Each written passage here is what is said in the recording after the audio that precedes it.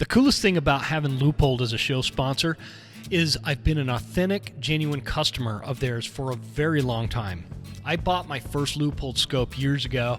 I now have the scopes, the spotters, the tripods, the bipods, everything. And my favorite piece of gear that I have, whether I'm guiding or hunting for myself, is going to be that BX4 Range HD Gen 2 binos. Man, these things are sweet. I love this company. I love the products. They're high quality. They're trustworthy. They've got a great warranty, and they're American made, which is a huge factor for me, as you guys know. So if you're going to spend your hard-earned money, make sure you're spending it with companies that align with your value sets.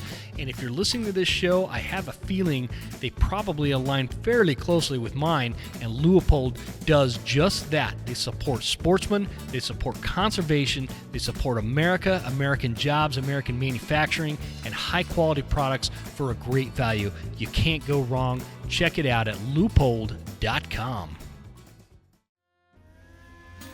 I've been sporting this Browning X-Bolt, guys, and I got to tell you, I've been really happy with it. They even have now the X-Bolt 2, the Browning X-Bolt 2. This is this stuff. You know, I'm always, if you're in the market, it's always cool because I get listeners that they like write in and they're like, hey, I'm in the market for this, I'm in the market for that. One of the most common things is a rifle.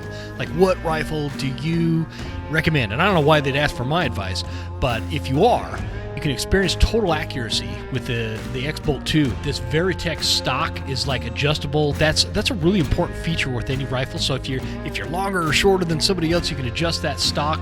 I love the DLX trigger. I love the weight. I love how smooth the action is on this rifle. You cannot go wrong with the Browning X-Bolt 2. It's legitimately a step up from like these over-the-counter type rifles. If you're gonna stick to that over-the-counter rifle lineup, the Browning X-Bolt really deserves a second look and serious consideration because it's not gonna let you down. I absolutely love both of mine. Check them out at browning.com. There exists a threat, from anti-hunting groups to politicians trying to give our land away, and we won't stand for it. Those vast western landscapes provide the space for our wildlife to thrive and a place for hunters and anglers to fuel the fire that sparks their soul. In this show, we share our love of hunting, fishing, and conservation. Here, we provide the foundation to meet these threats through passion and the grit of the American outdoorsman. Welcome to the Western Huntsman Podcast. Ladies and gentlemen, welcome to this episode of the Western Huntsman Podcast. This is Jim Huntsman, your host, coming at you from the Broken Tine Studio right here in Northwest Montana. And I'm pretty excited about this conversation this week because you guys know how much I love the outfitting space and hunting Idaho and Montana and Wyoming and hell, the West in general. I've got my new friend. His name is Chris Cabral. Did I say your name right, dude? Cabral, but yeah, close enough. Cabral, close enough. Okay. Well, forgive me, man. But Chris is the owner of Russell Pond Outfitting in Idaho, North Idaho, and he is a guy I've been like Facebook friends with him for a long time, and so I'm always seeing what he's posting, what he's getting out there. He's a world-class hunter and is selling a really cool F350. I wish I had the money to buy. What year is that thing, dude? Like a 96? 97's the last year, the best. Oh man, I've been watching that truck on the marketplace, and I've always wanted that body style because I'm kind of nutty about the whole Power Stroke, F350 thing, but I can never justify it. It's like I could probably buy it, but I have no justification for it, so my wife would kill me. Yeah, I got a really good deal on it. I won't say what I paid, but I've had it for probably 12 years now, and I don't know if I can even sell it. It's kind of got sentimental attachment at this point. Yeah. That happens. I've got an 07 F350. I have like absolutely no use for. I don't even think I put 1,000 miles on it last year. But I can't sell it, man. I love the truck, and it's got that crappy 6.0 in it. But it's never let me down, so I don't have any complaints with it. But I know people really rail on that 6.0. But Anyway, this is not a F-350 podcast, so I digress. So, Chris, kind of let's start this by, tell everybody where you grew up, how you came to be the owner of the outfitter, and then we're just going to get into this talking hunting thing, man. Okay, my dad started the business, just Russell Pond Outfitters, in 1986. He basically bought a bear and moose area in northern Maine, and we did that up until about 1998, and then he wanted to go full time with just the outfitting. So he started looking out west for spring bear outfits, and pretty soon we were moving out west, and we've been here since 1998 and doing spring bear and all the Idaho seasons out here now. So you guys cover, I mean, obviously, let me go back to your website just so there we go. When you guys do obviously bear hunting, lion hunting, backcountry elk, do you guys have like a niche specialty that you consider, Man, everybody always asks me, and I'd say bear is probably our bread and butter just for quantity of hunters, but I feel like we specialize in it all. Yeah. Yeah, you guys, I love the when you click on the backcountry elk tab. For those of you listening, if you go to like russellpond.com, that'll pull up the outfitter page. But you guys have a pretty good showcase going on some really nice bulls, especially for North Idaho is a tough area to hunt, man. We talk about that on this show all the time. It's steep, it's brushy, lots of wolves, lots of just tough country, man. Anyway, tell me a little bit about that. What do you guys do in terms of your elk hunts? How is that kind of formatted for hunters if they were considering going? Because they still have time, by the way, for those of you listening, if you're considering coming out west to do an outfitted hunt. I think in Idaho you guys can get like your outfitter tag still and maybe have some openings this year. I don't know if you do for 2026, but tell us a little bit about that. Yeah, normally we'd actually be booked up right now, but we had a couple archery cancellations. Yeah, up until July, we can still get tags. We have a certain amount of outfitter allocated tags for archery and rifle hunts. And like you said, yes, it's pretty rough terrain. We use mules to get all our customers pretty much up to the tops of the mountains. We have a lot of national forest trails and a lot of private trails that we saw. And we use mules to pack our animals out as much as we can and to get the clients up to where it's rugged and steep. So are these backcountry hunts? Like you guys are going in the backcountry, staying in wall tent kind of thing? So honestly, we had a lot of wall tent camps when we first started, but the wolves got so bad back there. You kind of got to be more mobile now. So we do it all out of our base camp. You'll still be riding by those spike camps, depending on where we're going hunting that morning. But we do all of our lodging out of our base camp now. It just makes us more mobile. If a pack of wolves rolls in, you're not stuck there with wolves howling instead of bulls bugling. Yeah.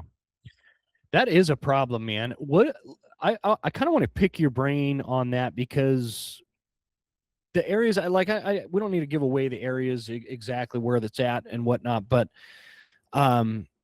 there's a lot of wolves down there, and so like walk us through.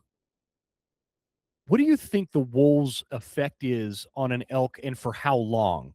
Like I have my suspicions, but like what do you think if you've got a drainage on, let's say September 12th, you're in there bow hunting and wolves start howling the next day in an area where, there was bugles going on.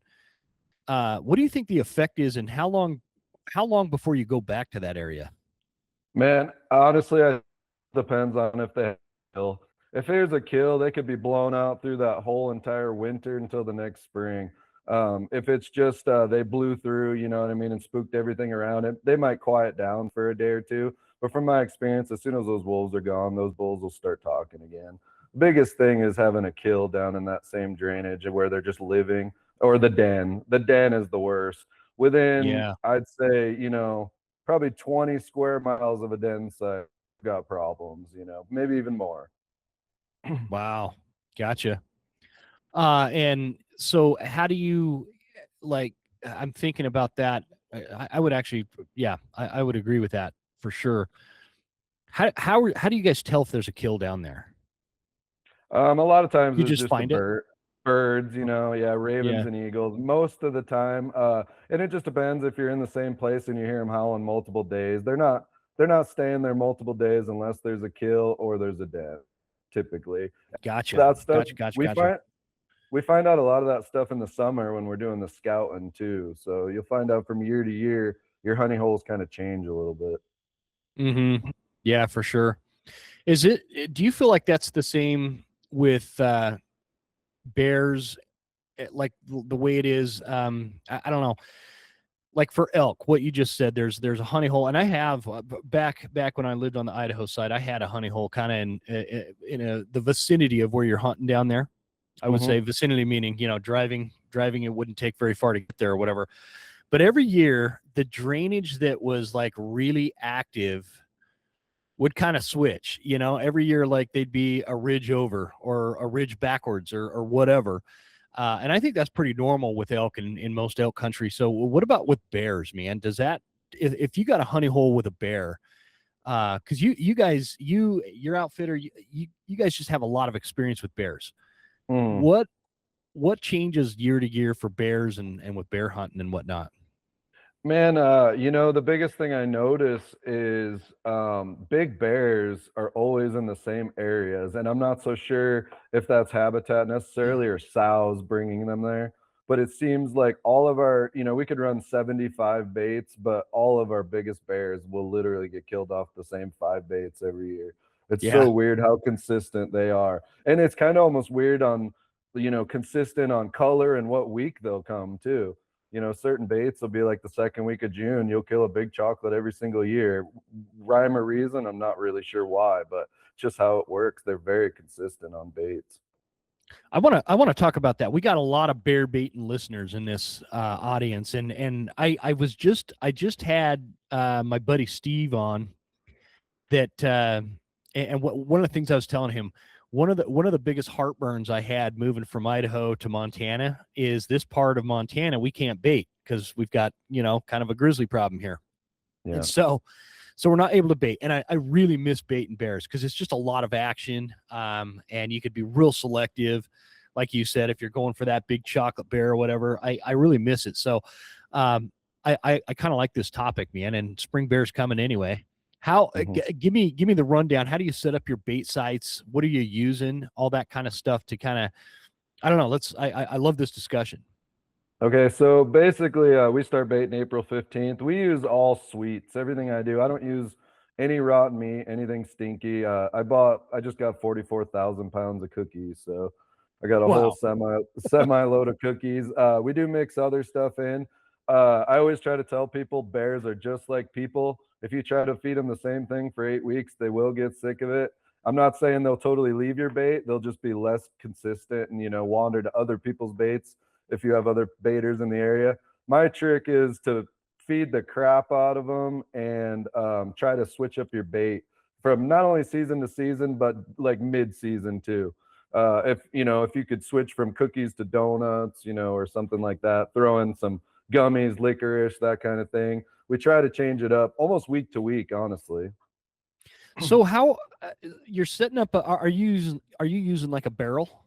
No, so everything we use is ground pits, years and years of the bears digging holes, and we cover everything up with logs. I have 3 or 4 barrels in all my sites, and the only reason that is just to keep elk and ravens out of them, honestly. But Oh, gotcha. my biggest bears come on won't stay on a barrel.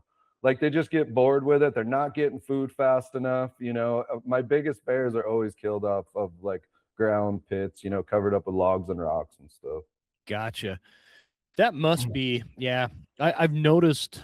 I noticed back when I lived in Idaho, the outfitters all tended to use those ground pits instead of the barrels, and so there's got to be something to it because again, I always say, and I don't say this because I'm a guide. I say this because I've learned this from being a guide.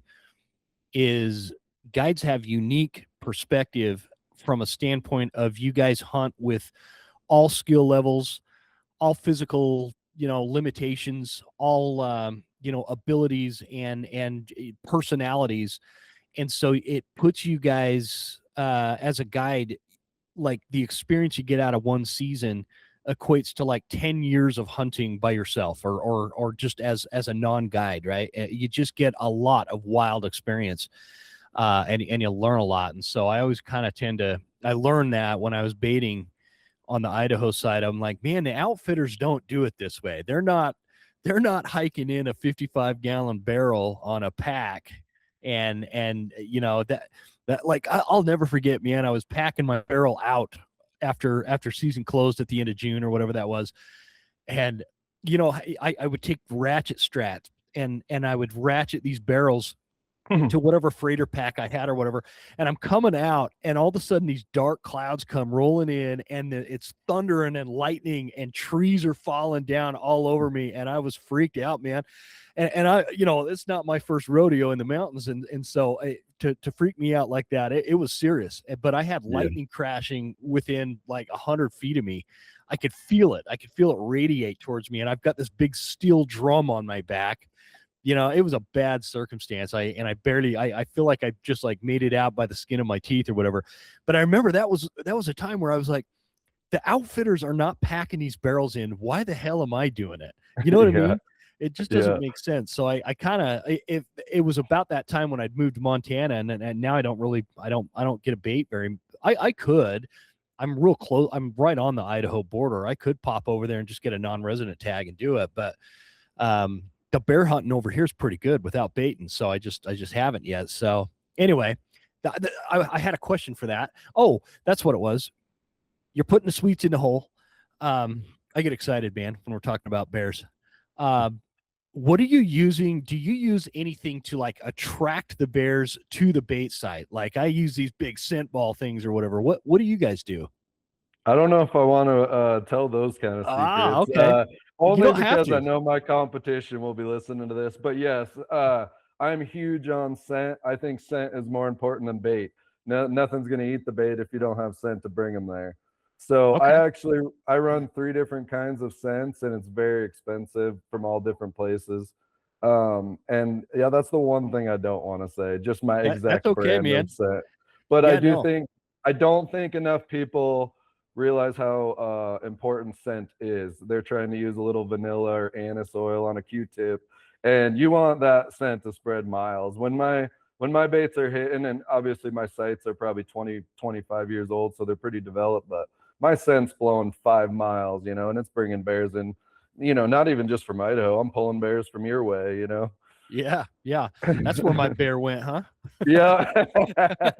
But back to the whole barrel thing, I was going to make a joke and say, yeah, why would anyone want to carry those barrels up there? But the truth is, when you're running 75 baits a year and that many cameras, you really get to see the amount of the time that mature boars spend on a barrel compared to eating out of a hole. And it's just night and day. My bears can come in, eat 400 or 500 pounds in a night and walk away with a full belly. They're coming back, where they got to screw around trying to roll popcorn or whatever out of the hole of the barrel. They just get tired of fooling with it, and they'll go move on to somebody else's bait where they can get a full belly every time. And then the other thing is too, we're baiting our baits every single day or every other day, where I know a lot of like the do-it-yourselfers, they can only bait every weekend. So I totally understand using a barrel with the rain and the ravens and squirrels and everything eating all your bait throughout the week. We're putting fresh bait on every day or every other day. So that makes a difference too, I think. Yeah, that would make a big difference. That definitely would, because I know that happened to me a couple times, man. I'd haul in a bunch of dog food or popcorn or something and get it all scented up, all nice and super juicy for the bears, and then something would happen at work where it would take me like 10 days to get back there, and so it was just kind of wasted because the bears just they took it out within a few days. But when you're running across, what do you think people mess up the most when it comes to making a bait site? Like, is it their setup? Is it their what they're using bait wise? What do you think people mess up the most? Because there's a lot of guys that set a bait site and never see a bear on it. I think the number one thing is placement of the bait. A lot of guys I see putting them out in clear cuts. Bear like timber. They like dark timber. They like cool. Your bait may hit great at night in a clear cut, but they're not going to come out in shooting hours, especially the big ones. I see that number one. And I would say number two is not checking the way your wind's going to be blowing, you know, for your stand setup at the right time of day. You know, you went and baited it in the morning, thought your wind was going to be good in the afternoon, and your, you know, wind's blowing right from your blind to your stand to your bait, you know, in prime time. Are you putting hunters in like a ground blind? So I have a lot. If I take 75 bear hunters, I'd say 55 of them are repeat bow hunters. So I do a lot of bow hunting out of stands. So I Okay. do a lot of hang on stands for the bow hunters. I get a lot of older guys that want ground blinds for rifle hunting. So it's kind of, I'd say, 3/4 tree stand, you know, 25% blinds, all depending on what the guy wants. We're set up for everything, honestly. Yeah. Yeah, you kind of have, and for like the audience listening, sometimes you get on like the outfitter discussion. You know, you have to be, man. I mean, you're getting anybody, like you're getting a morosely overweight. You know, what do they call those financial guys out of New York City? I don't know. I always make fun of them, but now I'm drawing a blank. I haven't had enough coffee yet this The morning. stock market guys, the Yeah, the NASDAQ stock guys. market, the stock brokers, the Yeah. oh man, that's gonna drive me crazy. I'm drawing a blank on it. Anyway, you get anything from that to like a freaking you know, mountain goat of a human that can cover country like crazy and has a ton of hunting experience, to somebody who's never even fired a weapon before as an outfitter. You know, you're getting all these walks of life coming in, so you kind of have to be set up for everything. How many guides do you have over there, man? So I run 3 different camps, and each camp will have 2 guides in it for bear season, 2 guides and a cook, pretty Nice, much. man. That's That's a how it's pretty all good run. operation. Yeah. Yeah. And I'm really spoiled, I'll say, when it comes to the bear hunters. Bear season is absolute fun for me because one of my bear camps is 35 repeat guys, the same guys every year. And, you know, Wow. knows, you know, don't ask questions. They know what's going on. They just ask what bait they're setting. So it's really a blast now. I'm pretty fortunate to have, you know, 90% repeat clientele. Yeah, man. That's pretty cool. And then going into elk, I kind of want to ask. I like to get like hot tips from especially outfitters, right? So let's talk about September archery elk season, man. Okay. Give us like your go-to strategy. Are you a caller? You a spot and stock kind of guy? What have you found has been the most effective way to put bulls on the ground?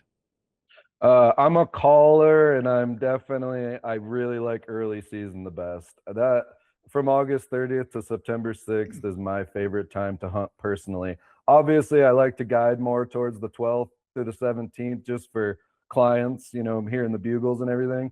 But if I'm hunting by myself, you know, after a mature bull, I like that first week. Yeah, we've talked about that a lot on this show, and I've always hesitated to talk about that because one of the things I like about the early season is everybody's like waiting for peak rut, right? They're like, oh, I'm waiting for the 15th or the 20th or whatever, which is good. It's not a bad, that's a great time to hunt, man. But that's another bummer about Montana, man. Our archery season doesn't open until September 7th usually. And so I miss that with Idaho, but I have the lifetime Idaho tag. And Oh so yeah. I usually just get my Idaho tag as well, because I can just drive up here behind me and hunt both sides of the road, which is like, you know, this dirt road runs a ridge. One side's Montana, one side's Idaho, and I can hunt both sides unless it's pre September 7th or whatever. So, uh, but anyway, let's talk about early season because I said I don't like to bring it up because most people are waiting and I'm usually the only one out there, right? And Yeah, so I I know, and really like maybe now you got me second guessing my call, man. I know, right? Maybe I I'm should have always, done that. but you know, I've been talking about it for a long time, and the areas haven't gotten any more crowded where I hunt. I'm very fortunate where I'm at because I can access country that is really hard to get to much faster than some of, well, I'm over explaining this. I'm good at finding places that don't get crowded. I'll put it that way, right? And Yeah. I think that that's a major limitation for a lot of people is they just don't look for everybody's looking for that easy button. It's close to Mhm. town. There's an easy trailhead and blah blah blah. Well, there's 200 other people that found that exact same spot on Onyx that you're going to go to. So, Yeah. um, Anyway, so all Yeah, that aside, easy. I never think about the easy. I just go, just get yeah, away from people. That's what I do. And obviously I have a huge advantage too, as I just get on a mule if people start me. yeah, that's true, man. I should, yeah, I've been kicking. I used to have horses, man, but I don't know. We travel a lot, so it's hard to keep them. Yeah. So early season call strategies, is that what you're doing in that early season? What are Yeah, you doing? yeah, I am. I'm a pretty avid caller. I'm not aggressive really early season. If I'm glassing up a shooter bull that I'm after, I'll try to get in the herd a bunch of times. Just trying the spot and stock tactic as much as possible, and then only calling if I have to. But I really am pretty decent at calling in those mature bulls the first time. It's when you mess up that first time, it's tough to get them after that. Mm-hmm. Mm-hmm. So. I and like I feel like they're a little more forgiving that early week. Like you could do some really raunchy calls, and there's something about, and I don't know if it's their. Well, I do know it's the elk are kind of looking for that pecking order. They're trying to determine who's king of the mountain at that point, but they're still like also really social. Do you cow call at all during that first week? Yeah, I do. I do it all, honestly. I change it up. Yeah, I'm probably not crazy aggressive with chuckling at that time, but I do yeah. a lot of soft bugles and cow calls. Honestly, I think later cow calling hurts me more. It seems like them smart cows get educated and then they just head away from cow calls. I feel like early season is the best time to cow call for me. Yeah. Okay. That's good to know because I don't cow call that much early, and I don't know if that's good or bad. Yeah, it's like sometimes it works, sometimes it doesn't, kind of thing. But yeah, no, that's awesome because what I've found is like those just real squeaky, unaggressive bugles gets a lot of responses, and I'm actually really excited, dude, because I finally got hearing aids. And I'm only 45, but I lost a lot of my hearing when I was in the Marines, and I have been out there with whether it's my daughters or like a hunting client, and I'd be calling, and they're like looking at me weird, and finally they're like, "Why are you not responding to that elk? There's an elk responding down at the bottom of that drainage." Well, I wasn't hearing them, and so Hmm. now the VA gave me these highfalutin hearing aids, man, and these things like it's made a big difference in my life, I guess, and so this September, I'm pretty dang excited about having these things to try it out because they don't come like I'm talking early season. In my experience, Chris, like they don't wail back at you. They just kind of Yeah. squeak at you, right? And I Hmm. think that was really screwing me over not being able to hear them. Yeah, and that's a huge fear of mine as a guide is losing your hearing because of bugles.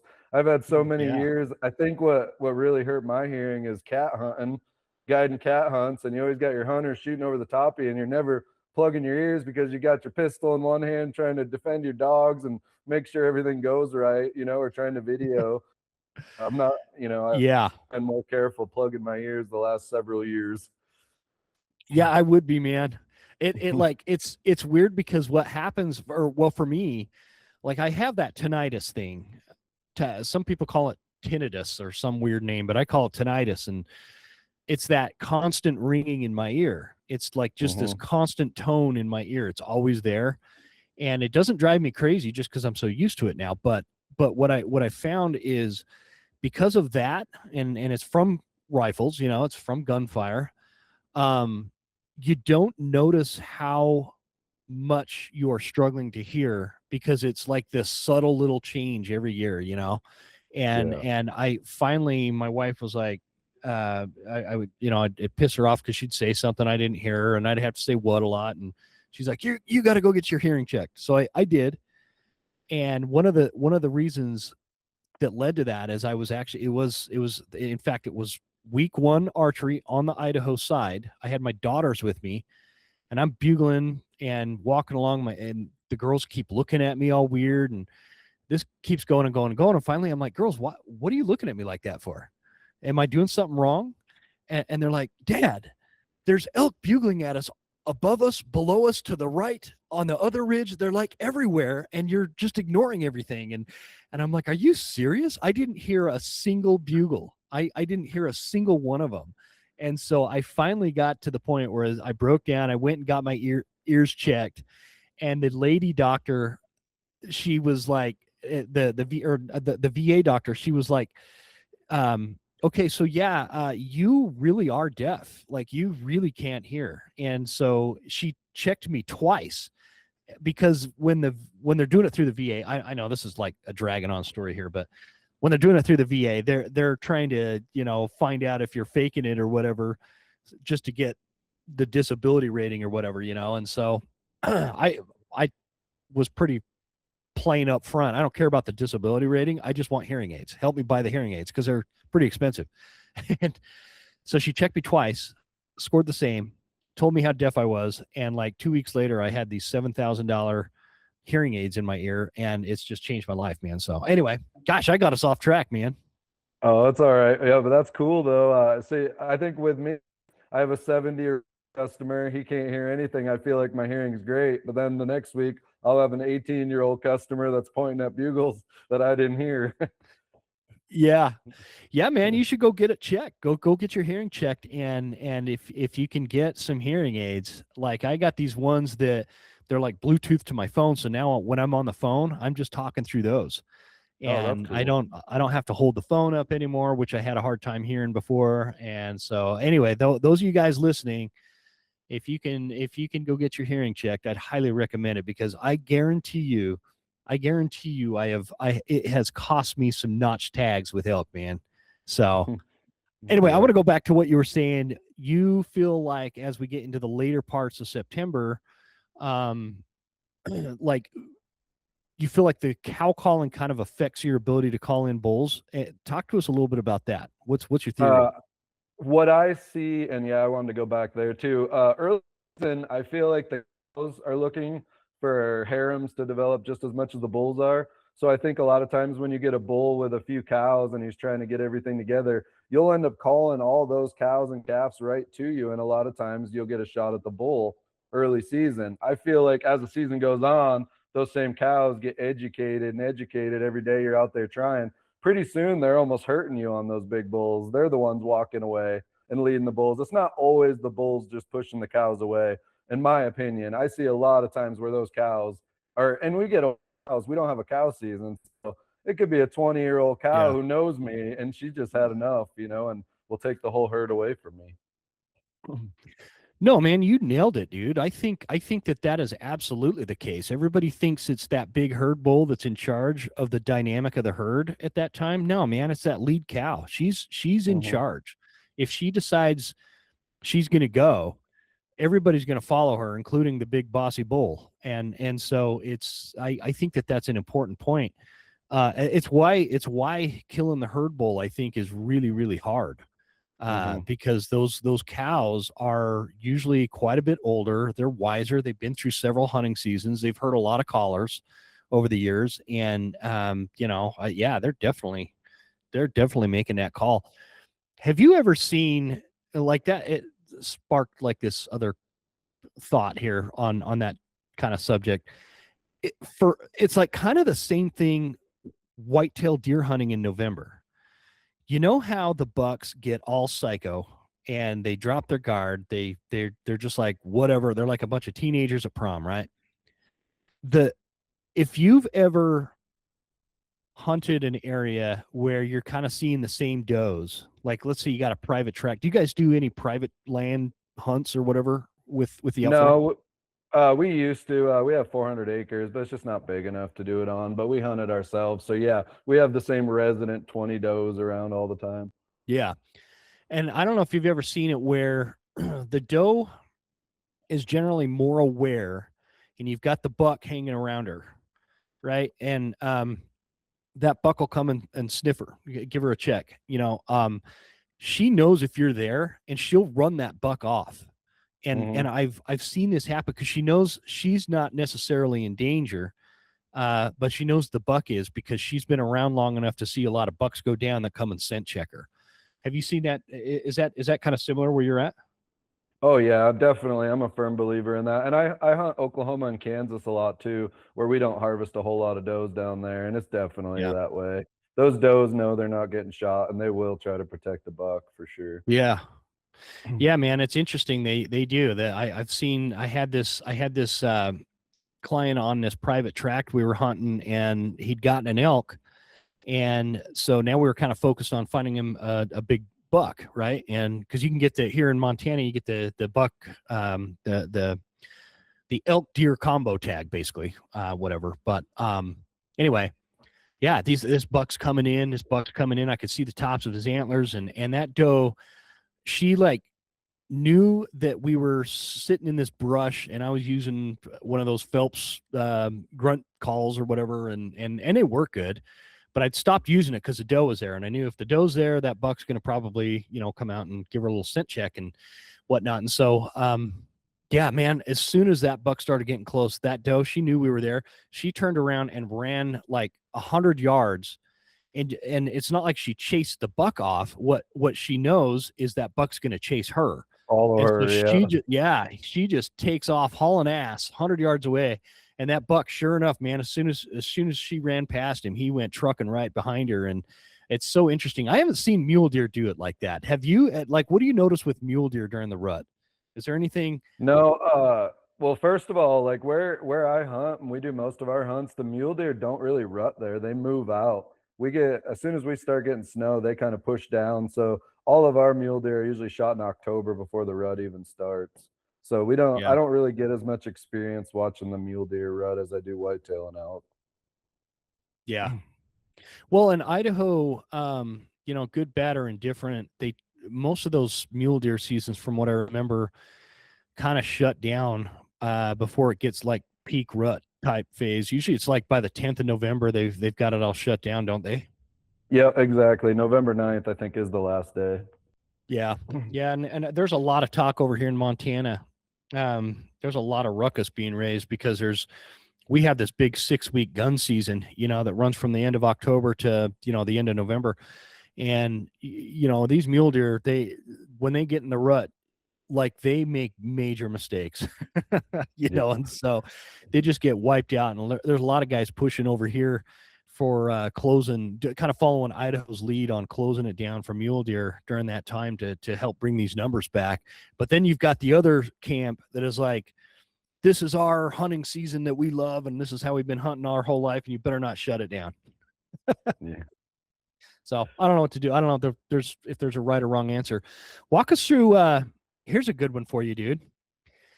Elk in the rifle season after the rut has kind of is over, especially in this because I'm thinking of like this North Idaho, real thick, brushy kind of country. Not a lot of opportunity to just sit and glass a lot.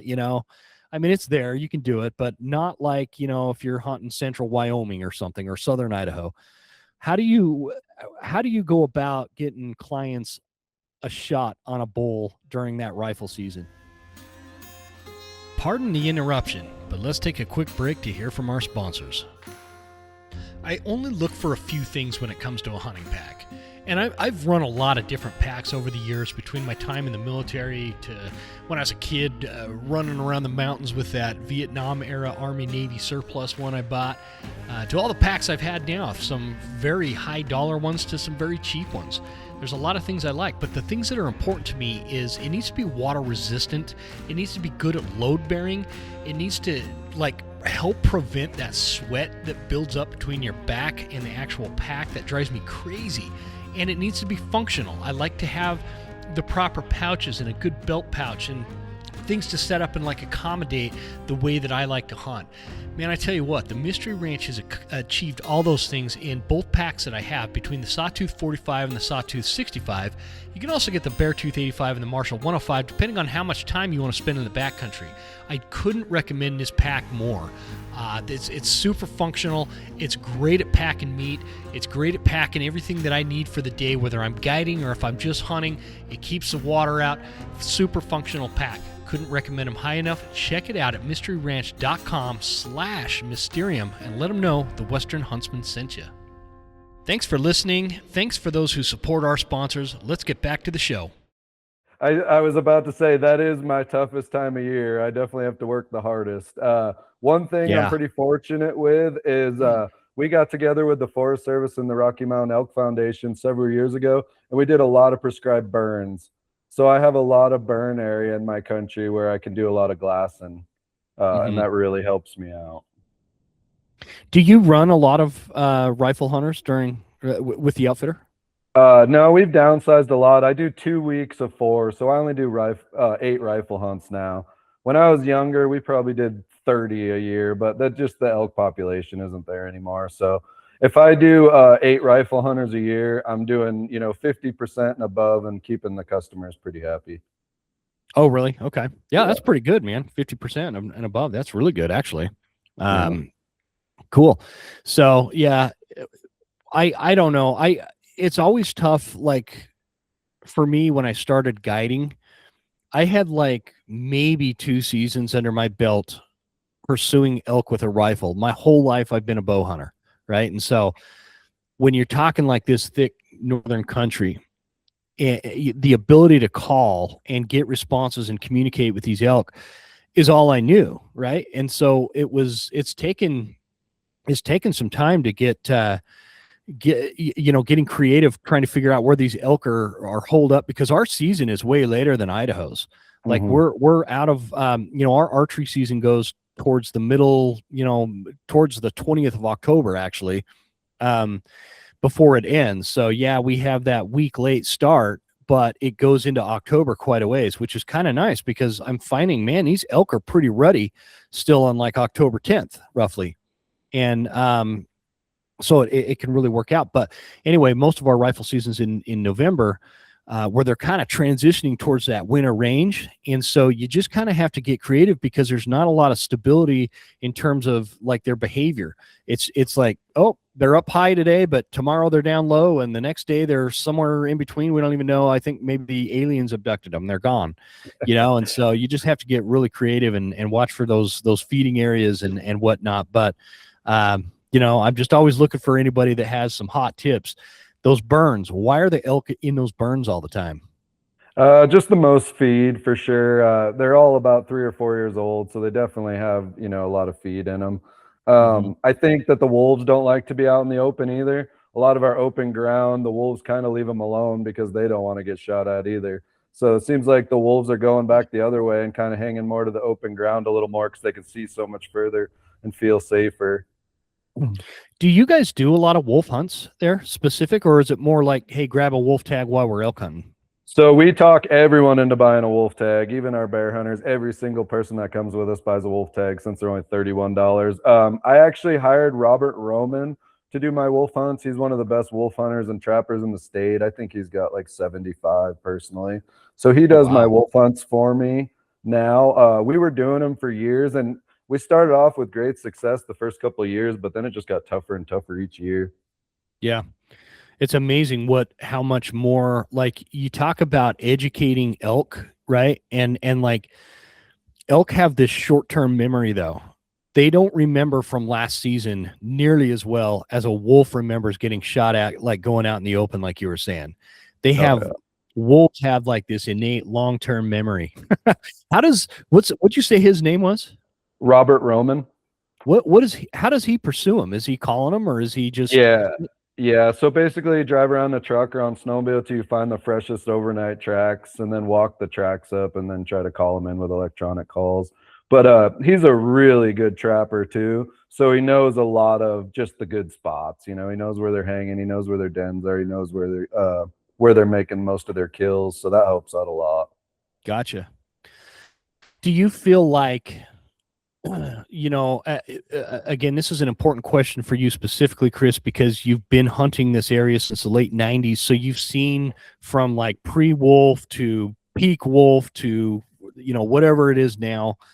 Would you say that, like, let's talk Idaho specifically. Is Idaho getting a handle on the wolves? Is the population going down? Is it stabilized? Is it going up? Like, give us your take on the wolf situation. It's so weird with wolves. It seems like right when you think you got a handle on them, and you got 3 or 4 cat seasons where you don't have to worry about your dogs, and everything seems like your hounds are safe. When you're running dogs, and then the next year they could be 17 in that area. I think we're at the point where Idaho is taking enough of them, but then you got them repopulating in Washington and Oregon, and then they just come right back over the border. So I think that's one of our biggest problems. At least Montana is doing some trapping. You guys are putting, some of them down. Our problem is on the side. And one thing in one of the units I hunt, Fish and Game is helicoptering them, and every year is different on how many they take. I know, like last year they only took 6, but it's a noticeable 6, and that's out of my backcountry where all of our elk hunts are done. So there's nobody in there trapping and hunting in the winter. So if Fish and Game didn't take those out, I don't think we would have an elk left. So they are helping us big time in that unit specifically. There's actually more wolves in my most roaded areas than there is country because of Fish and Game helicoptering them. Yeah. Oh wow, that's interesting, man. I didn't. The other thing you said that I wouldn't have thought of, but you're right. They don't do any kind of management in Washington and in Oregon, and so if you're blowing them out of Idaho, but they're just, wolves are territorial. They have to have their certain home range, whatnot, and if they're overloaded, they're going to find new country to go into. And you're right, they probably just pop right back into Idaho. Yeah, and we're in such a thin part of the state too. It's only 90 miles across, so I mean, it's nothing for them. Nothing for them to go from Washington to you.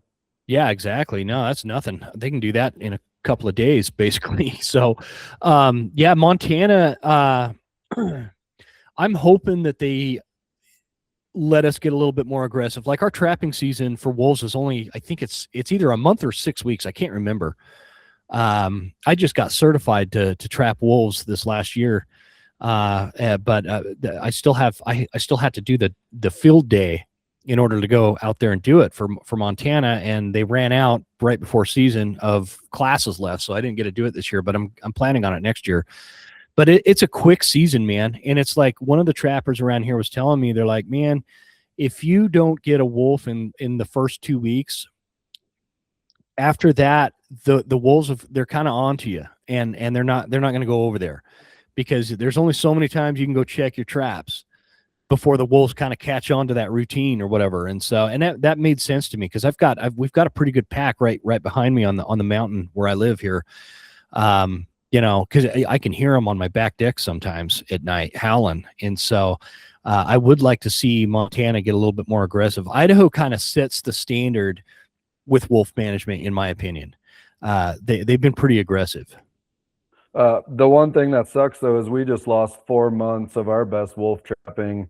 A judge took it away, and the worst part about those 4 months was it's all the dry ground, set trapping when they're having the most success. So pretty much all of our season now is when it's in snow, and it's a lot harder to trap them in snow. I didn't know that a judge just did that for this last season. Yeah, we lost it. Well, I think this was the first season that we lost it all. So yeah, we've lost our 4 best months. We lost. So we've been, I guess the F4WM has been fighting that, or trying to anyway. Well, hopefully they can make some traction. If anybody can, F4WM can. They usually have been, historically pretty good at making a case with the state. And I don't know, man, these damn judges, they have no business meddling in that. Yeah, the Fish and Game are the ones that have the science. They're the ones that have the biologists. They're the ones that track the numbers and determine the seasons and know what the populations of these animals are. And then some freaking left-wing hipster judge comes in and is like, I don't know if they're getting paid under the table by some of these activist groups or what, but they just come in and override all the science, all the data, all the management that has taken place, and think that they know better because they're a judge. I think it's dumb. I there's got to be a way we could change that.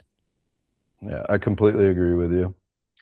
But anyway, well, cool, man. What else do you want? Anything else you want people to know about Russell Pond outfitting, or anything else you want to touch on that topic? Because I think that it's always hard to like advertise outfitters. You know what I mean? Like we have our outfitting, and it's like, the only thing that works is just talking about it. You know, really, because there's a lot of competition out there. Like, what sets Chris's outfitter apart from other outfitters? If you were, have you ever heard of the 30-second elevator pitch? Yeah, I'm not very good at those. I'm not either, man. I'm not either at all. But like, tell us a little bit about what sets Russell Pond Outfitting apart from other outfitters out there. I would say number one, all family owned and operated. We try to keep experienced guides all the time. We try to keep our workers working. I don't like hiring new guides every year. I hate training people. I try to keep my employees happy. Great food and lodging. Probably number one is, like I said, 85 to 90% repeat clientele. So typically if I get them out on a bear hunt first, by the time it's all said and done, they're cat hunting, elk hunting, and they're doing every species with me. And what do they do? Fly into like Spokane or something to get to you? Yeah, depending on the camp, it's either Spokane or Missoula, just depending on what side of the mountain we're hunting that, at that hunt. And give us the rundown real quick. This is a real popular one with us. I imagine it is with you. Mountain lion hunting, man. Are you guys running dogs? Obviously. What does that hunt look like? Is it a 5-day hunt? Give us kind of the rundown on that mountain lion. I'm trying to like really promote mountain lion hunting, specifically through outfitters, so you don't have to go get your own dogs. Like, just go with an outfitter. Yeah, all of our hunts are 5 days. We run all of our cat hunts Monday through Friday. So you'd come in on a Sunday, hunt Monday through Friday, and then out on the next Saturday. We do everything with hounds. You're basically looking for an overnight track. You're driving trucks and snowmobiles. We get up at 3 a.m. and we start running roads, and you're looking for a mature tom and an overnight track. And we basically know what we're turning the dogs loose on just by the track. And, we ask you if you want to shoot it, and hopefully the dogs tree it, get to the tree and take it. What would you say your success rate on lion hunting is for you guys? I would say 90% right now. Yeah. That's what I tell everybody. We used to say 100, but I'd say 90%, and mainly because we're just trying to, kill mature toms. Yeah, that makes sense. And then on your website, man, and I'm not trying to throw 20 questions at you, but your website talks about the guide school. What is that, and who should consider, pursuing that avenue? So a lot of the guide school is during the summertime. We basically teach you all the packing and the mule stuff. What we like to do is have you come the end of bear season so we can teach you all the aspects of baiting bears and that kind of thing, dealing with the customers, skinning, all that stuff. And then it kind of goes into the summer with more of the mule, packing, basket hitching, barrel hitching, all that kind of stuff, working with animals, saddling, that kind of thing. And then, it used to seem like it was more popular years ago. We'd get a lot of young kids. We'd teach them our way of doing things, and then hopefully they wanted to work afterwards. And it worked out a lot of years. Got a lot of guide school kids that kept, stuck around for years. And how long is your guide school? 30 days. 30 days. Yeah. What, and are you like filling up those classes? Are they, you filling them up pretty good, or? I try to just do 1 or 2 a summer because it's all hands-on. It's not a lot of book training like some of the other guys. It's all hands-on. It is literally skinning bears from the second you get there, So I try to just do 1 or 2 a summer is all. 1 or 2 students? Yeah, 1 or 2 students. That's what you mean? Okay. Yep. Not 1 or 2 classes. Okay. Yeah. No, that's cool, man.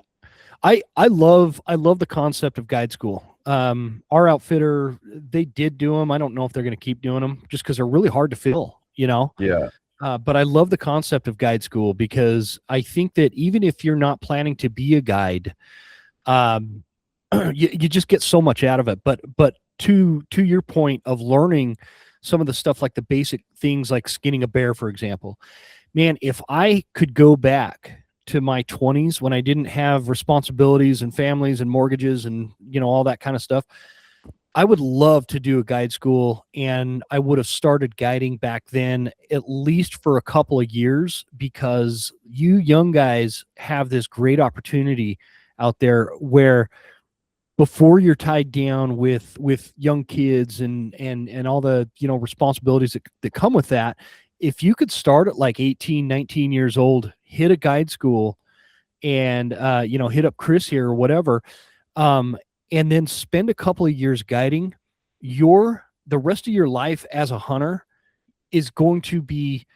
wildly more successful than if you never do that. Am I making sense, Chris? 100%. I totally agree with you. And I think, 99% of the people, when they quit guiding, they love guiding, but it's always because they started a family, got a girlfriend. They didn't want their boyfriend or husband in the woods 24/7. So definitely do it while you're young before you start your family, because once you have kids, it's a lot tougher to spend that much time in the woods. It is, man. I mean, even at my age, my kids are all teenagers now. Even at my age, I start feeling like I'm neglecting them about 3 weeks into the season, because you barely see them. And our lodge is like a mile from my house, and so I'm home every night, but sometimes I'm not getting home until 9 or 10 o'clock at night, and I'm getting up at 4 o'clock, and I'm back at the lodge picking up my hunters and taking them out for the day, and it is a lot, and so. But man, what an opportunity. Like I would have notched a lot more tags over my adult life in a lot less time with a lot less headache had I guided when I was young, because of just everything you learn about the animals, about, the woods, your woodsmanship, your ability to get in there and get out of there. And I don't know. It's just, it's a cool thing, and it's a great concept. I wish more people would do it. Well, I really like what you said earlier about how guides are out there 24/7, and in one season's time, you can learn more than a guy just, hunting for a week or something. Because with elk hunting, I think that's how it is. I was just thrown in the woods with a bugle and a cow call at 15 years old, and you learn a lot when you're in a backcountry camp and you're out there every day by yourself trying to figure it out. And I think that's the best way to learn. Yeah, man, for sure. Well, cool deal, man. For those of you listening, you should. I will have the website in the show notes for Russell Pond Outfitter. Is it do you do outfitter or outfitting? Outfitters. Outfitters. Okay, I'm gonna go back to the homepage here. It's russellpond.com, and it'll say on the website Russell Pond and B-Bar-C Outfitters, Idaho's premier hunting outfitter. See, pretty good ad for you, right? It was. I think you're way just read better your than I website. am. I try to use the announcer voice, but yeah, guys, if you guys are interested, check it out. Again, it'll be in the show notes. And Chris, I really enjoyed having you on the show, man. It's cool to have these kind of conversations, and I think people get a lot out of just these basic conversations. We had a little rough patch there with the whole losing you on the sound, but we'll just mesh these two together and it'll be like it didn't even happen. So thanks for joining me, and let's do it again sometime, bro. Yeah, anytime, Jim. I appreciate it. Thank you. It was good talking with you.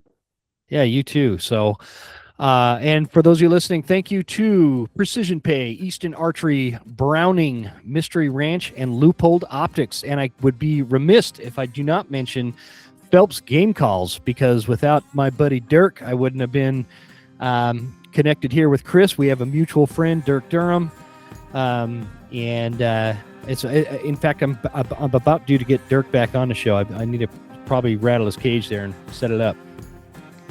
Thanks, buddy. I appreciate you coming on. Have a good one, Jim. Thank you. See you guys.